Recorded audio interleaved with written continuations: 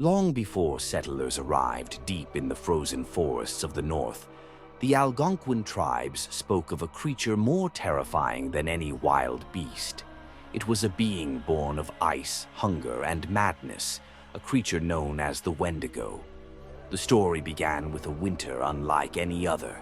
The land was gripped by an endless blizzard, snow burying the earth and freezing the lakes solid. Game was scarce and hunting became impossible.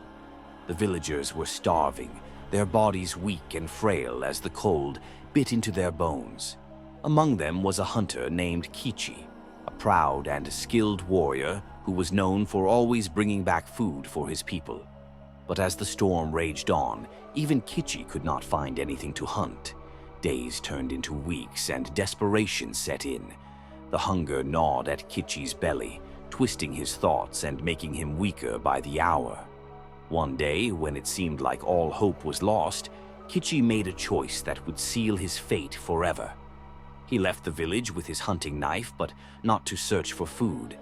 He found a secluded spot deep in the woods, away from the prying eyes of his starving family. There, he made the darkest decision a man could make. Kichi turned on his own, attacking another hunter who had wandered too far from the village. He killed the man in cold blood, his hunger driving him to commit the unthinkable. Kichi feasted on the flesh of his fallen friend, the warmth of the blood bringing a surge of energy back into his body.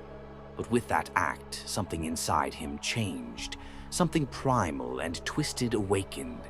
The cold, already bitter, seemed to seep into his very soul. The wind howled in his ears, whispering dark promises. Kichi's skin stretched tight over his bones, his eyes sunken and hollow. Yet, the hunger only grew.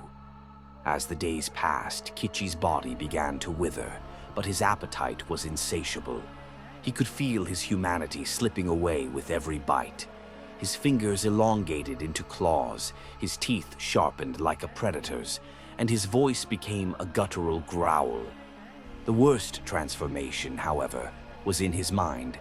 No longer able to think like a man, only the endless craving for flesh consumed him. Kichi had become a Wendigo, a monstrous being, cursed to forever roam the frozen wilderness in search of human flesh. His body, gaunt and skeletal, towered over the treetops, with glowing eyes that pierced through the darkness. His breath came in icy clouds, freezing the very air around him.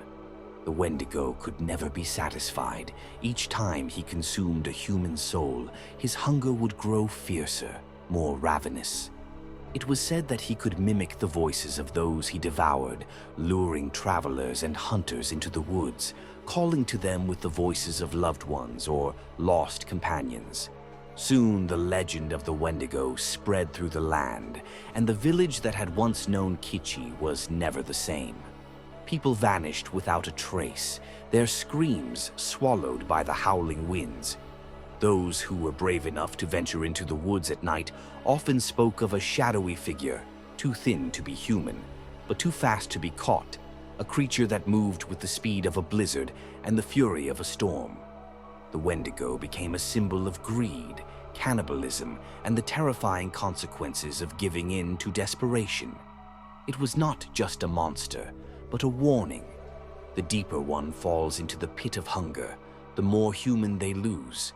The Wendigo lived to remind all that some hunger can never be sated, and some appetites turn men into beasts.